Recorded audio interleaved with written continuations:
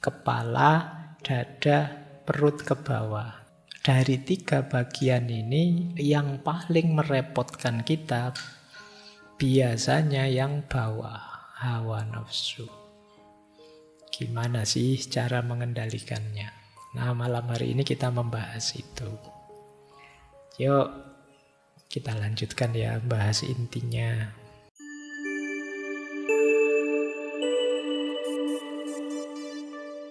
Assalamualaikum warahmatullahi wabarakatuh. Bismillah.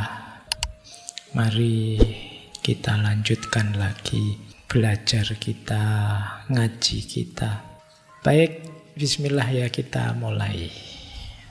Gimana caranya menaklukkan hawa nafsu?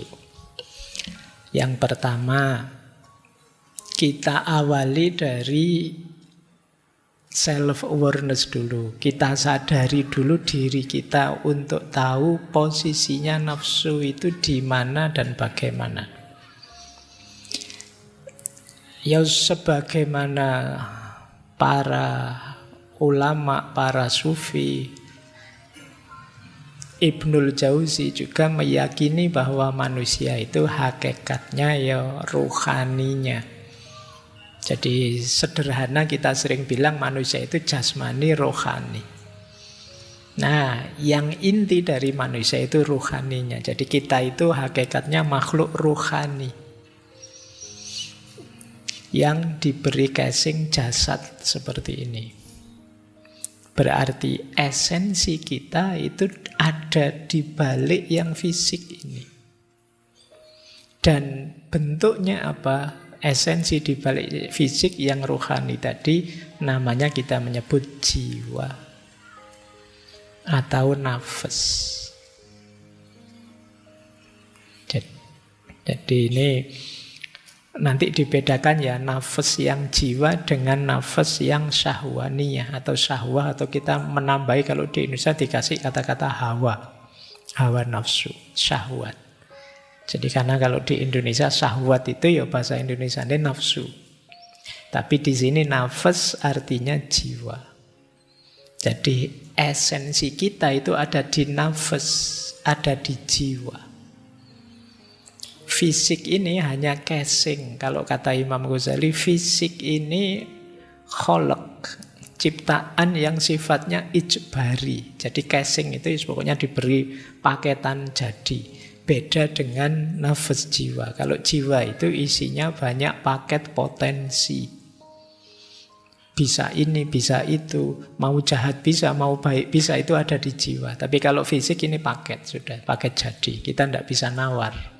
Baik, menurut Syekh Ibnu Jauzi, jiwa kita itu unsurnya 3. Yang pertama akli, yang kedua ghadabi, yang ketiga syahwani. Jadi akal, daya rasional, kemudian ghadabi itu amarah. Jadi hasrat, ambisi, keinginan. Yang ketiga syahwaniyah. Syahwaniyah itu syahwat, dorongan. Nah, ini sebagaimana para ulama yang lain, beliau menyebut bahwa daya jiwa itu harus kita kendalikan. Jangan dibiarkan jalan sendiri. Kenapa? Karena dia bisa positif, bisa negatif. Jadi dimensi jiwa kita tadi loh, jangan kita biarkan saja. Oleh Allah kita diberi pilihan untuk milih. Awas keliru menghidupkannya. Akal itu bisa positif, bisa negatif. Positifnya akal apa? Yuk kita pakai untuk berpikir, mencari pengetahuan, mencari hikmah, menemukan pola hidup terbaik dengan akal kita. Tapi ada juga yang akalnya menuju kebodohan, menuju kegelapan, menuju ketidaktahuan. Kalau ini negatif. Kemudian keinginan, ambisi, silahkan saja. Wong manusia kalau tidak punya ambisi, ya dunia ini hambar. Kalian kan sering menyalahkan keinginan, menyalahkan cita-cita. Saya tidak usah punya banyak cita-cita. Keinginan sumber penderitaan. Kan kamu sering begitu. Loh, tapi kalau orang tidak punya keinginan, ya dunia ini mandek. Kalian berangkat ke sini, itu kan dasarnya juga keinginan kan. Kalian kuliah ya karena keinginan. Kalian kawin ya karena keinginan. Kalian bercita-cita kemarin demo ya karena keinginan. Kalau tidak punya keinginan sama sekali, mati dunia ini. Jadi ini yang namanya nafas amarah, atau istilah beliau juz'un ghadabiyun. Nah, keutamaannya yang amarah ini, nama istilah beliau adalah syaja'ah, berani. Beranilah bercita-cita. Ada orang yang tidak berani, namanya pengecut. Tidak berani berkeinginan, tidak berani bercita-cita. Meskipun jangan berlebihan. Berlebihan namanya nekat.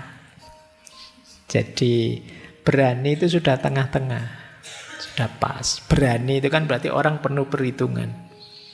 Siap, saya merasa bisa, ayolah, itu berani namanya. Tapi kalau tidak ngukur kekuatan diri, nekat saja, itu namanya bukan berani, tapi bablas, nekat. Ada orang yang ingin saja tidak berani. Padahal mungkin mampu, itu namanya pengecut. Loh, ini kan harus dikendalikan. Kalian harus ngukur kekuatanmu, kemudian niat, ayolah. Ada banyak hal yang sebenarnya kalian bisa lakukan, tapi sampai hari ini belum jalan. Kenapa? Syaja'ahnya kurang.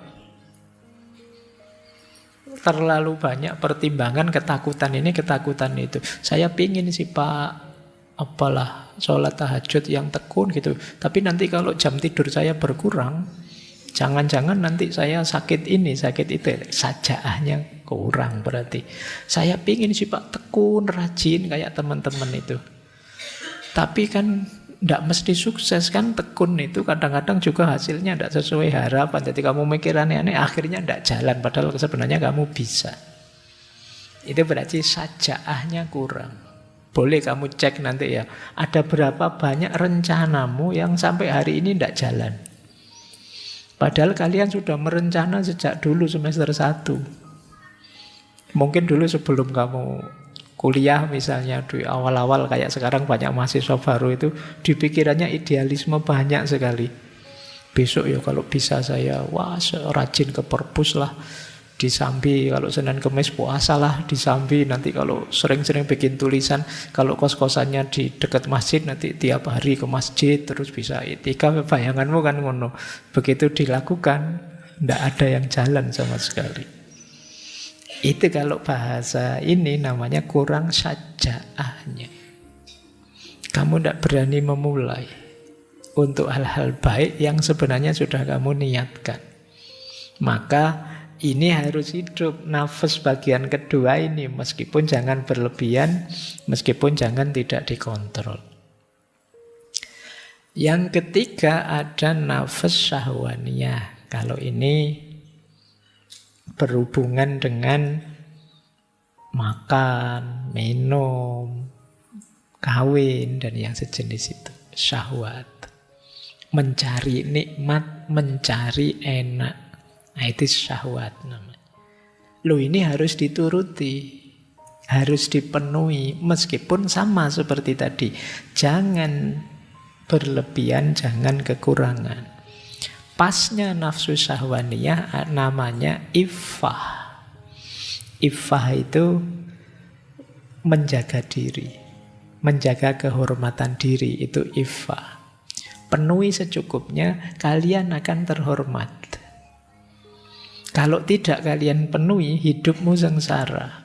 Kalau terlalu kamu umbar, ya kamu lepas kendali, ya hidupmu kacau, tidak teratur. Penuhi saja secukupnya. Makan, bahkan rumusnya Rasulullah kan ya sebelum kekenyangan kamu berhenti. Kalau lapar baru makan. Terlalu banyak makan, terlalu serakah, mentang-mentang makan bersama terus kamu los pokoknya. Mumpung prasmanan Pak, muter sampai 4 kali misalnya. Loh itu kan orang lihat kamu kehilangan iffah, kehilangan kehormatan.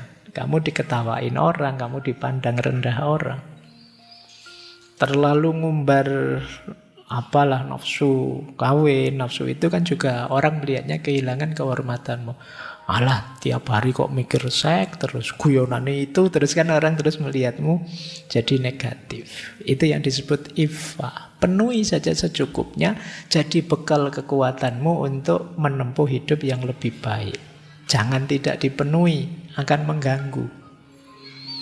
Ini sebenarnya agak dekat dengan teorinya Karl Marx sampai level tertentu ya. Karena manusia itu ya di aspek materi, ekonomi itu dipenuhi kebutuhan dasarnya. Kalau ini belum terpenuhi, kamu tidak tenang untuk melakukan yang lebih tinggi dari itu.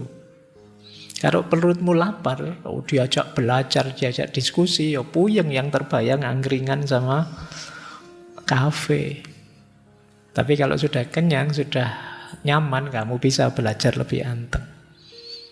Itulah syahwaniyah. Jadi ini 3 komponen jiwa kita. Komponen tadi, 3 tadi punya 3 daya. Kalau ini kekuatannya. Kalau yang awal tadi, yang akal tadi, namanya daya, namanya fuad. Fuad itu ya orang sering menyebut hati nurani paling dalam, tapi sebenarnya ini hubungannya dengan kepala. Daya rasional. Jadi daya jiwa yang mampu menerima informasi kemudian mengolahnya dengan akal. Daya berpikir. Kemudian sodr. Sodr itu dada.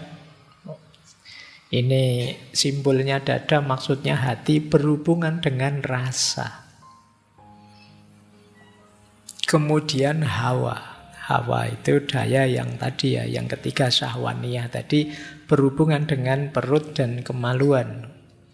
Jadi ini simbol dari kesenangan. Makan, minum, hasrat seksual. Jadi akal punya fuad, kemudian yang amarah tadi ada sodr, dan yang syahwaniyah ada hawa. Kepala, dada, perut ke bawah. Ini dulu pernah kita bahas detail ya ketika Imam Ghazali di Kimya'us Sa'adah. Yang bawah dipenuhi terus naik. Ini berhubungan dengan emosi. Emosi hidup yang nyaman. Kemudian paling tinggi natikohnya, akalnya. Jadi emosinya beres, syahwatnya terpenuhi, pikirannya jernih, itulah nanti hidup yang bahagia. Inilah diri kita, daya jiwa kita. Sayangnya dari 3 bagian ini yang paling merepotkan kita biasanya yang bawah, hawa nafsu. Gimana sih cara mengendalikannya? Nah, malam hari ini kita membahas itu. Yuk, kita lanjutkan ya, bahas intinya. Apa sih hawa nafsu itu? Hawa itu apa sih? Beliau mendefinisikan nafsu itu begini loh. Ini dari Dhammul Hawa tadi ya. Ketahuilah bahwa nafsu merupakan kecondongan watak kepada sesuatu yang disenangi. Kecondongan ini diciptakan manusia demi kepentingan hidupnya. Jadi ini kecondongan jiwa kita. Kenapa kok kita condong ke sini atau condong ke situ? Biasanya untuk kepentingan hidup kita. Kenapa kita senang makan? Kenapa kita senang minum? Kenapa kita senang seks misalnya? Itu ada dorongan dari jiwa kita untuk menuju ke sana. Demi apa? Kelestarian hidup kita. Jadi, Pak, kok Allah ngasih itu ya Pak? Ya kalau kita tidak dikasih itu, kita nanti kalau dikasih isinya yang utama-utama terus, tidak ada tentang makan, tidak ada tentang minum, tidak ada tentang seks, hidup kita selesai. Ini penting untuk mempertahankan hidup dan menemukan kebahagiaan hidup. Jadi jika manusia tidak punya kecondongan untuk makan, dia tidak akan makan. Kalau tidak makan ya habis. Kita akan innalillahi. Jadi ya meskipun tidak harus kemudian. Saya pernah kajian tentang agama dan sains, itu kan ada satu buku yang hubungannya tentang Islam dan sains. Saya lupa itu buku dari mana itu. Buku ini cerita bahwa di negara tertentu ada buku sains yang isinya itu unik. Karena semuanya dibuat tergantung. Jadi misalnya begini. Makhluk hidup itu kalau tidak makan seminggu dia akan mati. Terus ditambahi kata-kata insya Allah. Itu menarik ya. Iya, semuanya ya tergantung Allah. Tapi kan harus kita pedomani bahwa kita perlu makan. Pak Ashabul Kahfi itu Pak 300 tahun Pak di gua masih hidup seger. Iyalah, itu kan mukjizat, kejadian luar biasa. Tidak bisa dijadikan pedoman untuk hidup kita yang biasa. Jadi ya tidak harus kemudian semuanya diberi insya Allah. Jadi ya meskipun semuanya kuasanya Allah, tapi kan ada sunnatullah yang harus kita pedomani dalam hidup. Makan, minum, termasuk menikah. Jadi itulah hakikatnya nafsu. Jadi jiwa kita condong ke situ untuk mempertahankan hidup kita. Termasuk tadi ada amarah. Amarah itu berguna untuk menolak hal-hal yang mungkin menyakiti kita. Maka kata beliau, tidak seharusnya kita mencela nafsu secara mutlak. Jadi yang dicela apa? Nafsu yang berlebihan, melampaui batas. Jadi melampaui batas kemaslahatan dan menolak kemudorotan. Jadi sekedar maslahat dan menolak mudorot ini saja yang kita cari, jangan berlebihan. Makan itu yo untuk bekal kita mencapai ideal yang lebih tinggi. Minum juga begitu, menikah juga begitu. Jangan finalnya hidup saya yo makan Pak misalnya ya. Eman-eman kita. Tujuan hidup kan tidak itu. Nah, yang dicela yang berlebih-lebihan seperti tadi. Baik, nah meskipun banyak orang dibelenggu oleh hawa nafsunya, berarti hidupnya diliputi oleh nafsu saja, yang dipikir perut ke bawah saja. Jadi yang dipikir nyari enak saja. Kita lihat nanti ya, apa sih jeleknya ini. Kemudian gimana cara membebaskannya. Kenapa sih kok kita tidak boleh hanya fokus pada hawa nafsu? Hati-hati. Karena hawa nafsu itu kalau meliputi diri kita, membelenggu diri kita, akan melahirkan dua fitnah.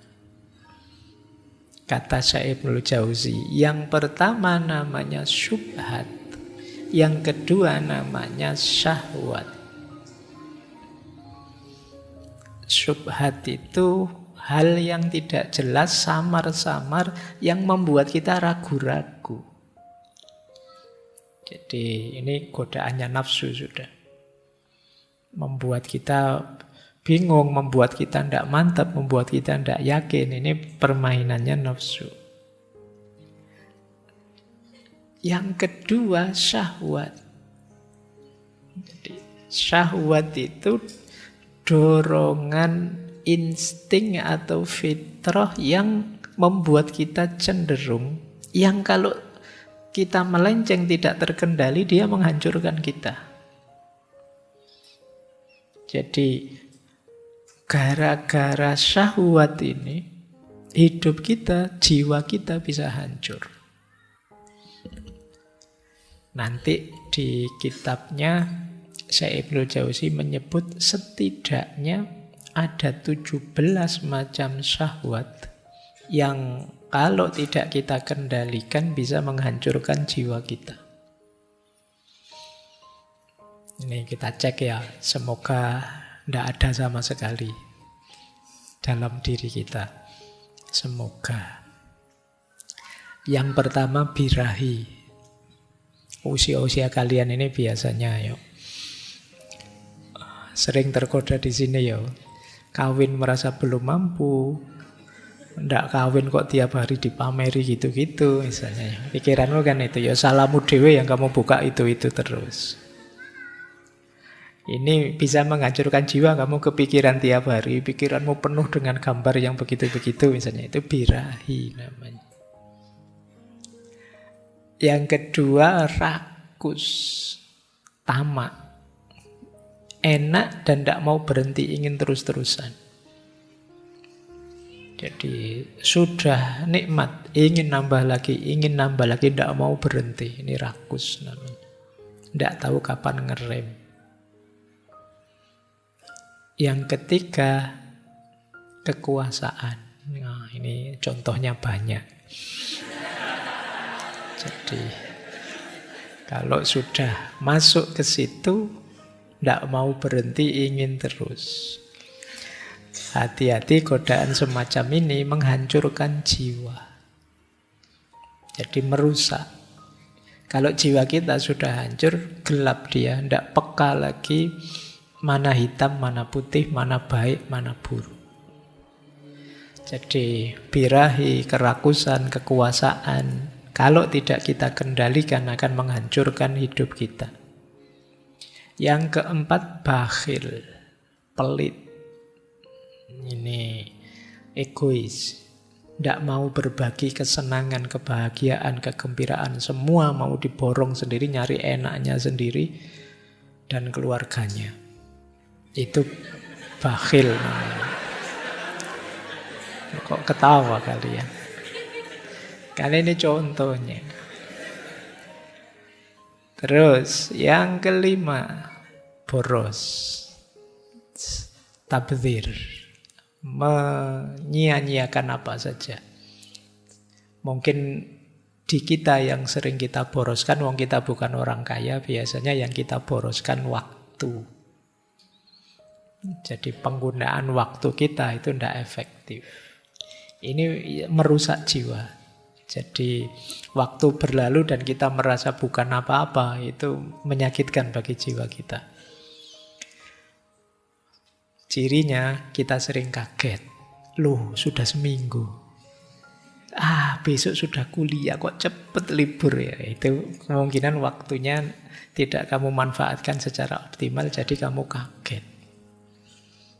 Tabdzir, dusta, bohong, itu akan merusak. Mungkin tidak ada orang yang tahu, tapi ketika kalian bohong kan kalian sendiri tahu bahwa itu kebohongan.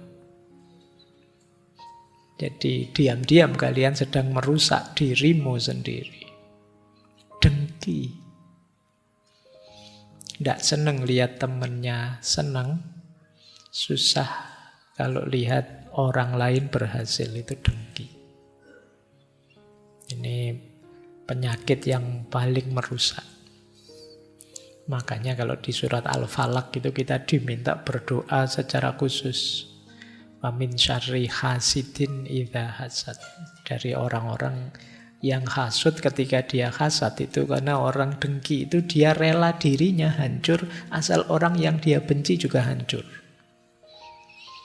Mending benci, orang benci itu masih mikir dirinya, saya harus enak, kenapa dia yang enak, dia dihancurkan saja biar saya yang enak, itu masih mending. Tapi kalau sudah dengki, saya berkorban tidak apa-apa, saya keluar banyak tidak apa-apa, asal dia kalah, asal dia hancur, itu namanya dengki.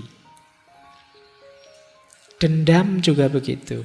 Dendam merusak jiwa kita. Dendam itu kan kita marah sekali sama orang, tapi belum ada kesempatan, belum ada timing, belum ada momen untuk kita membalas kemarahan kita.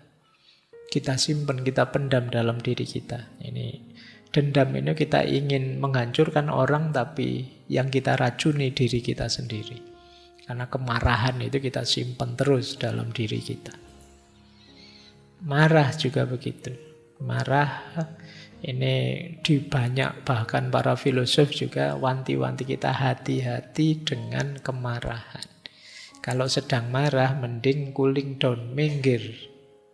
Jangan dilanjutkan, biasanya salah ngambil keputusan.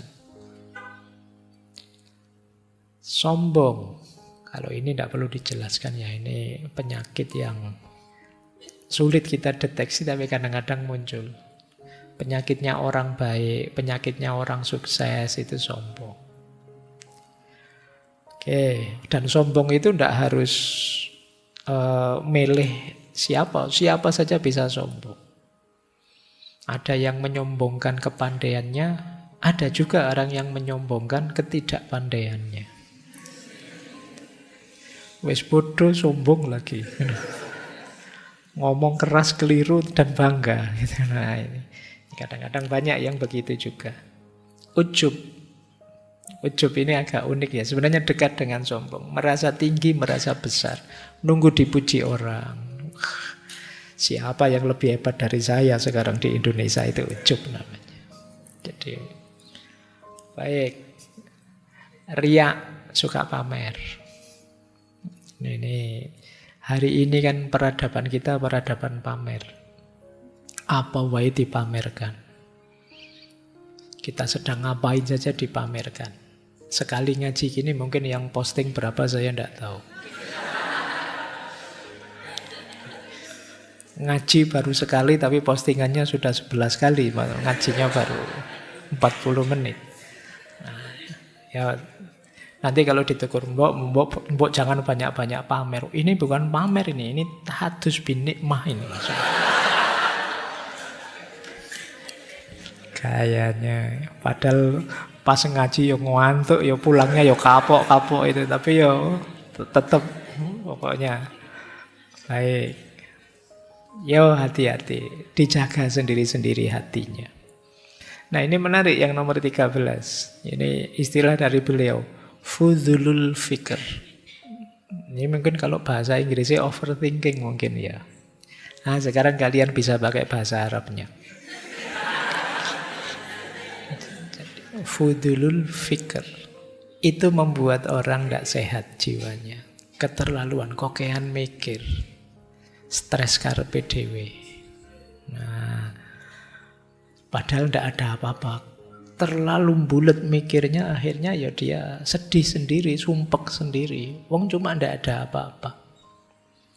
Sekedar gelasnya kesenggol misalnya jatuh, kamu mikirnya panjang, aduh betapa malunya saya, mesti sampai besok teman-teman ingat semua saya, wah mikirnya ruwet, padahal biasa, tinggal diambil, disisihke biar nggak dianu orang kan selesai. Tapi kita sering bikin ruwet sendiri, itu fudzulul fikr. Nilai jatuh semester kemarin, Pak, nilai saya banyak E-nya, Pak. Ya sudah diperbaiki, kan selesai kan begitu. Tapi kan kamu mikir terus sampai, kok E ya, kok E ya. Iya wis waktanya E sudah. Mbok kamu pikir berulang-ulang ya tetap E. Diulang kan gitu aja selesai kok. Nanti diambil semester depan. Kita sering fudzulul fikr, overthinking. Putus itu bertahun-tahun tidak move on. Wong yo kenyataannya sudah ditinggal. Kamu pikir berulang-ulang pun tetap ditinggal. Move on lah, jangan stuck di situ. Nanti ada nasihat beliau bagi yang patah hati. Ya, karena Dhammul Hawa arahnya ke situ nanti. Kalau waktunya nyampe. Yang ke-14, terlalu sedih. Sedih manusiawi tapi terlalu sedih negatif. Janganlah ya. Terlalu senang juga begitu. Kalau kamu sukses, senanglah tapi yo ada titiknya. Fa'idha farogta fansob. Lanjutkan berkarya lagi, lanjutkan berkontribusi lagi. Malas. Jangan dikira malas itu menggembirakan. Begitu kamu sadar dirimu malas, kamu akan gelisah sendiri. Begitu kamu kaget teman-temanmu kok maju semua, aku sendiri yang belum maju, kamu akan stres. Malas menghancurkan jiwamu. Dan pesimis, himmah daniyah. Jadi pikirannya selalu yang jelek-jelek, yang bawah-bawah. Ini merusak kita. Jadi perhatikan ya 17 hal ini teman-teman, kalau ingin memelihara jiwa kita. Ini 17 yang merusak kita. Bagaimana Pak caranya bebas dari 17 ini? Ada beberapa tips dari beliau ya. Yang pertama, ini mirip kalau dalam dunia tasawuf. Membebaskan diri dari hawa nafsu, yang pertama adalah tahliyah. Tahliyah itu pembersihan diri. Pembersihan diri, istilah beliau, nahan nafas anil hawa amma tahwa minal makharim. Jadi mencegah jiwa dari hawa nafsu, dari apa yang disukai, dari perkara-perkara yang haram. Jadi ayo pertama-tama kita bersih-bersih dulu. Kalau masih ada dendamnya, singkirkan dendam itu. Kalau masih ada malesnya, buang males itu. Ada sombongnya, buang dulu sombongnya. Ada ujubnya, buang dulu ujub itu. Ada riyaknya, buang dulu. Ini namanya tahliyah. Jadi bersih-bersih dulu, jangan dicampur. Maksudnya tiba-tiba melakukan kebaikan, melakukan apa? Kalau dalamnya masih kacau, kebaikan yang teman-teman lakukan hanya akan jadi makanan hawa nafsu.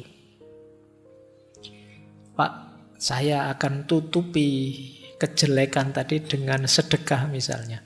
Tapi kalau jiwa kita masih ujub, masih sombong, ya sedekah tadi hanya jadi kendaraan kesombongan kita.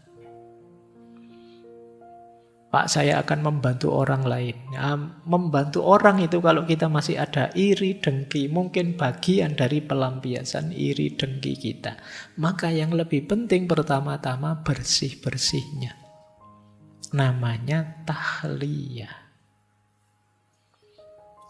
Ini rute pertama yang harus kita tempuh. Kalau teman-teman ada waktu muhasabah, coba cek ya, yang negatif dari kita apa, kita bersihkan. Kalau mikir sendiri tidak bisa, tanya teman. Aku itu jelekku apa ya? Meskipun ya luar biasa kalau ada orang tidak sadar jeleknya apa itu. Orang lain, wah kamu cerewet, wah kamu sombong sekali kamu itu. Mungkin kalau ada teman dekat boleh tanya. Kalau teman juga susah, musuh. Kata Imam Ghazali, gunanya punya musuh itu antara lain bisa menunjukkan di mana kejelekanmu. Jadi kalau kamu punya musuh, coba kamu cek postingan-postingan musuhmu tentang dirimu. Itu biasanya lebih terus terang. Kalau teman mungkin ngomongnya masih basa-basi, masih ditutup-tutupi. Begitu musuhmu terang-terangan sudah bilangnya. Jadi bahagialah kalian yang masih punya haters. Karena dia yang akan menunjukkan jelekmu di mana saja. Tanpa kamu bayar, dia dengan ikhlas ngasih tahu jelekmu di mana. Dan ini untungnya di situ. Kita manfaatkan untuk takholli, bersih-bersih diri. Jangan-jangan saya memang begitu. Oh ternyata di mata orang lain saya itu menyakitkan, saya itu pemarah, saya itu. Nah itu kita bersihkan dulu. Namanya takholli. Kalau sudah takholli, lanjut ke langkah kedua. Jadi takholli tadi bentuk masdarnya tahliyah. Bentuk kedua yaitu tahliyah. Kalau ini pakai hak. Kalau tadi tahliyah pakai kho, kalau ini tahliyah pakai kha. Yang tadi takholli, yang ini tahalli. Kalau ini baru kita isi dengan perbuatan baik. Jadi Setelah tadi dibersihkan baru diisi. Man ahabba tasfiyatal ahwal falyajtahid fi tasfiyatil a'mal. Barang siapa yang suka kesucian dirinya, maka dia harus sungguh-sungguh menyucikan amal-amalnya. Jadi kita isi dengan amal baik sebanyak mungkin.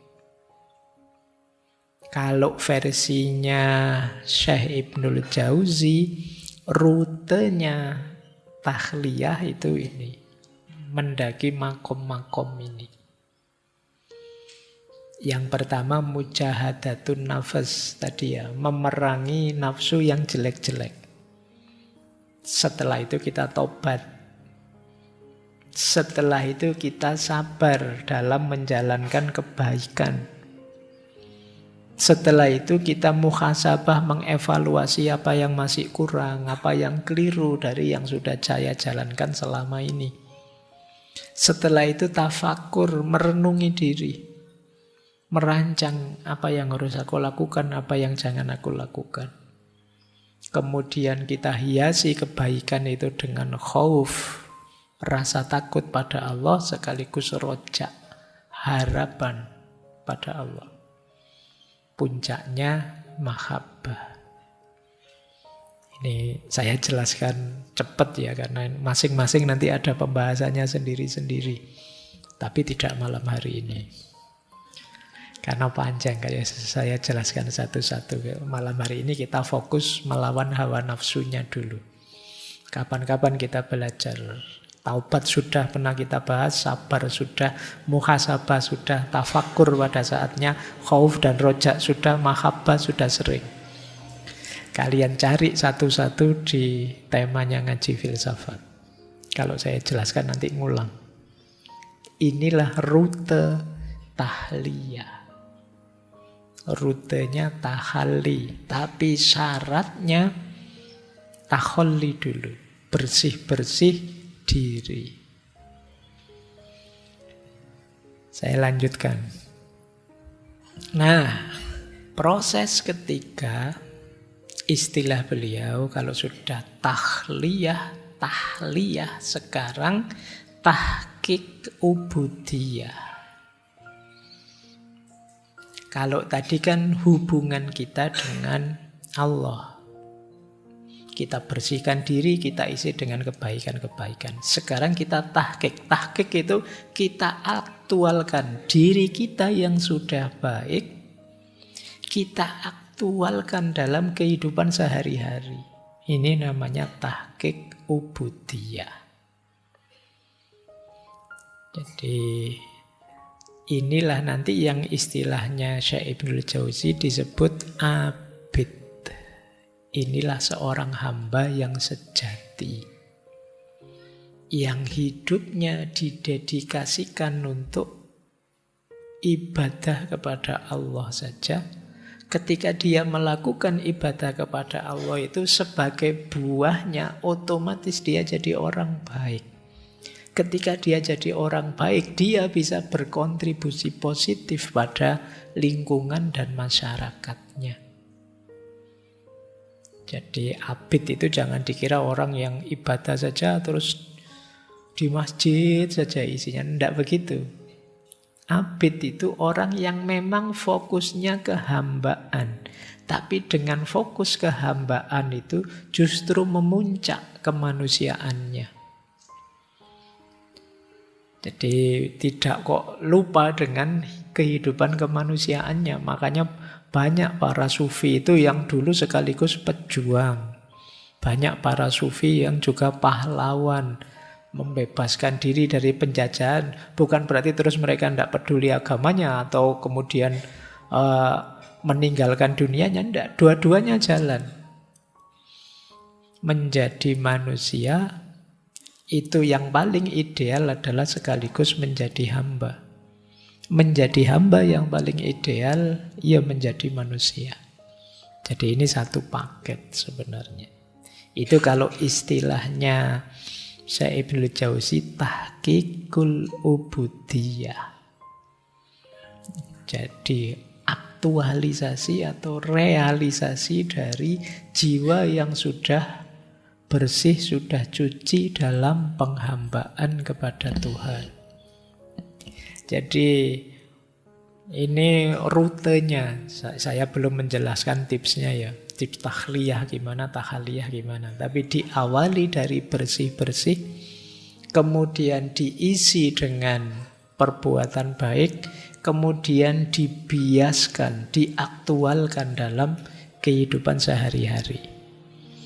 Inilah bukti bahwa kita sudah bebas dari jeratan hawa nafsu. Oke, saya ada beberapa quotes dari beliau. Ada banyak sebenarnya, menarik semua. Tapi saya ambilkan beberapa ya. Nanti saya baca cepat saja karena sudah mau jam 10. Bahan renungan teman-teman. Ini ngaji kitab kuning beberapa ya. Inna masyaqqatat ta'ati tadhabu wa yabqa thawabuha. Wa inna ladzatal ma'asi tadhabu wa yabqa iqabuha. Sesungguhnya keletihan karena melakukan ketaatan pada akhirnya juga akan hilang, dan yang tersisa adalah pahalanya. Dan kenikmatan melakukan maksiat juga akan hilang, dan yang tersisa adalah hukumannya. Selelah apapun kalian melakukan kebaikan, lelahmu juga pada saatnya juga akan pulih. Capeknya hilang.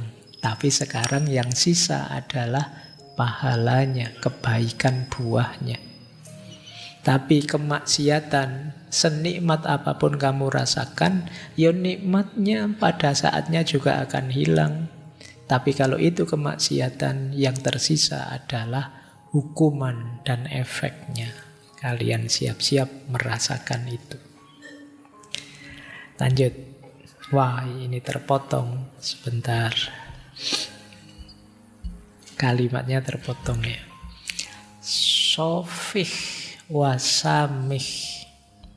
Sofih itu lapangkan dada, wasamih dan maafkanlah. Wadda'il khalqa lil khaliq. Fanahnu wahum rohilun.